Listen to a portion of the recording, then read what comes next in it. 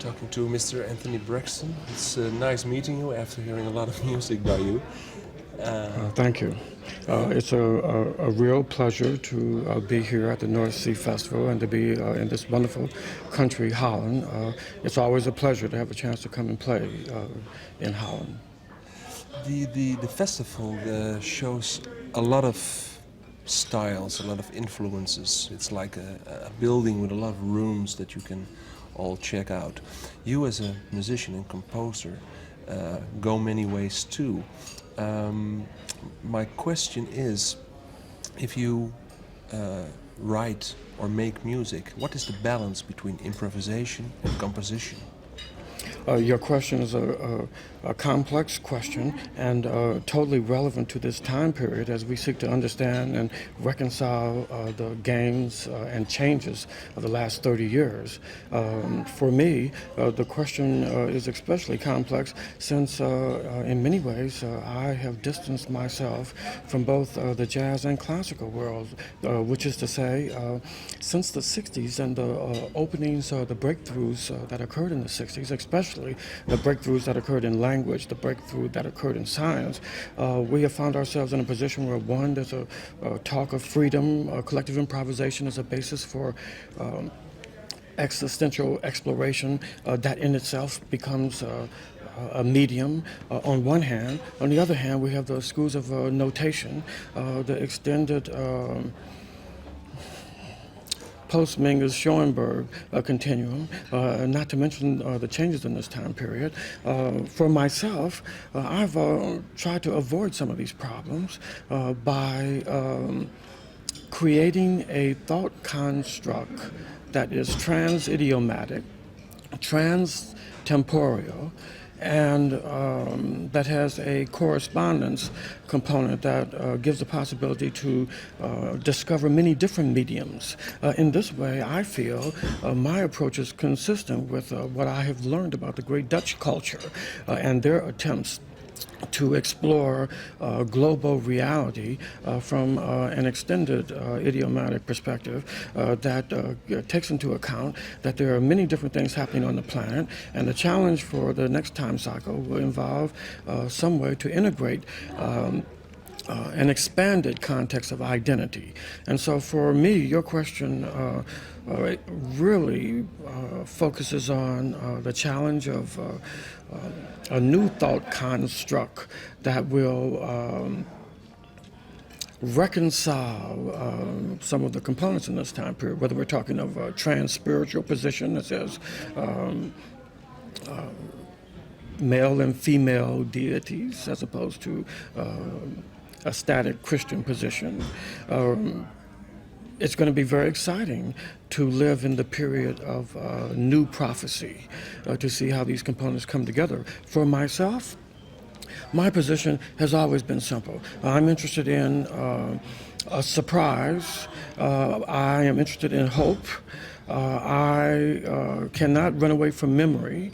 At the same time, I respect that which has been demonstrated, and that the concept of freedom is nice, but I don't think reinventing the wheel is necessarily the best way to get there. For myself, I found that the ghost trance musics have third millennial implications, and this is why I'm grateful to be in the best discipline on the planet.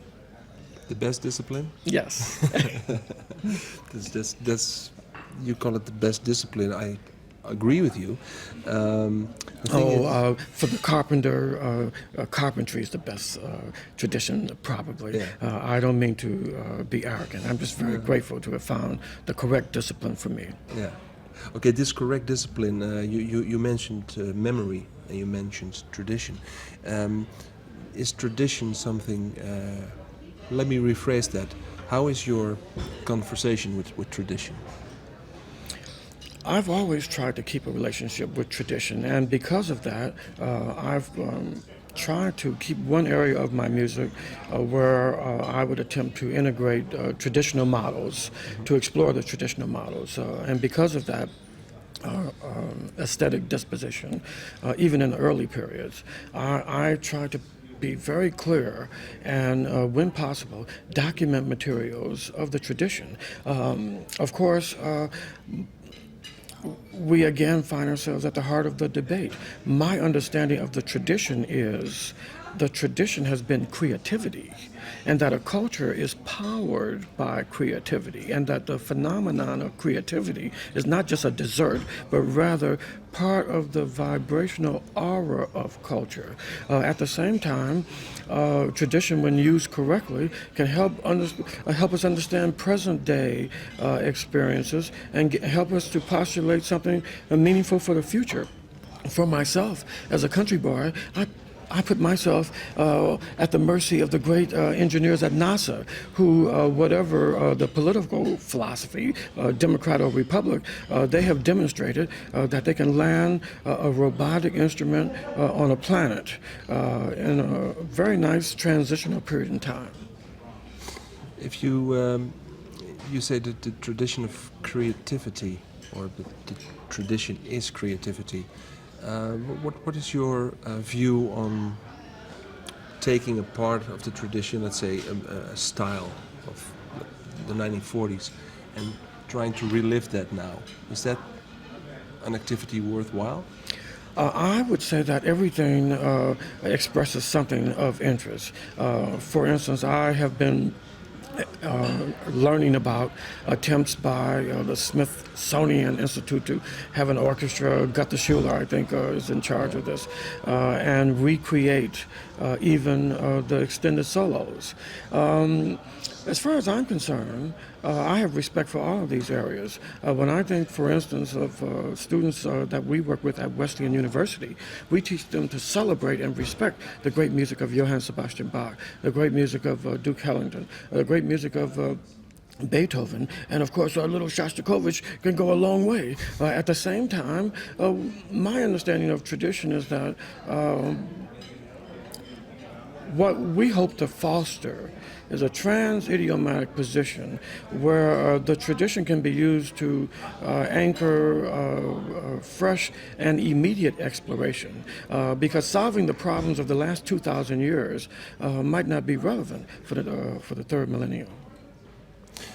In the development of technology and the way that people communicate, which is changing so rapidly, do you think that the role that music has as a medium to perhaps connect people will change? Yes, I believe, like the explorations on Mars, like the expansions taking place in technology and in computer science, that the discipline of music is continually changing, which is why, for me, it's especially important to keep alive that sector of music experience that is separate from the marketplace, not defined by the marketplace. That sector that emanates because of their connection to the music on the plane of the music. We used to call it the old school. In some cases, it meant the old boys' school, but the third millennia is not going to allow for that kind of narrow interpretation, which was a misinterpretation. The third millennia will celebrate men, women, and children. I feel. So you think that to simply call it the new media will enlarge the freedom of the artist? Part of one of the challenges of the new extended musics will be, or at least in my system, will be time spatial mapping musics, which tonight we will perform one of the ghost trance musics, musics which are part of my attempt to create trans-temporal musics which can be cast in any tempo, whose duration can be for any duration. A music that has transcendent qualities, transcendent aesthetic and structural qualities. Transcendent in this context would allow for multiple structural formings to take place in the space, multiple tempo logics to take place in a given time period. My feeling, I feel, is consistent with the hope of the next time period, that creativity is connected to the culture, and part of the intrinsic vibrational particulars that shape psychological perception, that shape motivation, that shape spiritual resolidification. I feel this is an area that the marketplace is not equipped to deal with and should not be expected to deal with. I'm talking of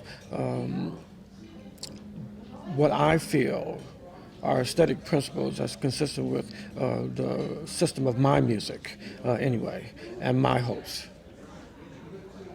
Still, it's very interesting to hear you reflect on these issues, and that we're going to see you in one of the most traditional settings thinkable related to music: a performer, a stage, and an audience.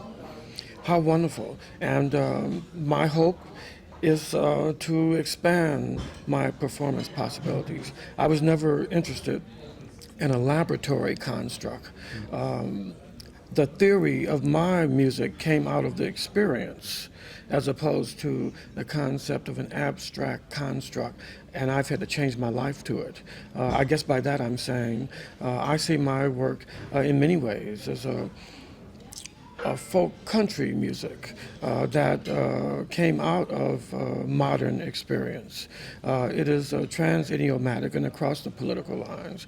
I have only sought that which has been the heritage of musicians like myself. The right to participate in the world of sound, in the wonder of sound, and to use that experience to postulate something that has tricentric propositions.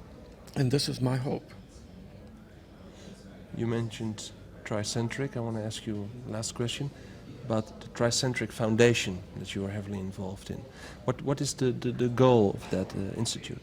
The Tricentric Foundation, which at this point is something like 2 years old, maybe 3 years old, we're still in the early stages, is part of the structure I hope to erect in the next time cycle to advance the cause of my music system, to advance my viewpoint of global world change and universal propositions.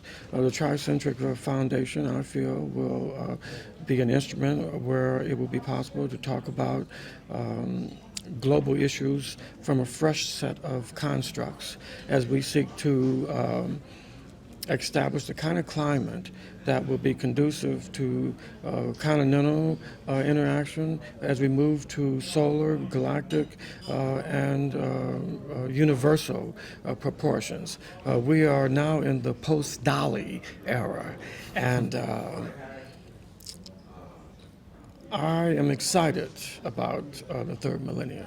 I'm very grateful to be a student of music in a time period where everything is changing, in a time period where there's so much hope and new propositions to explore. You gave us a lot to think about. It's interesting to talk to you. Thank you. Thank you very much. I'm very grateful to be here. Thanks.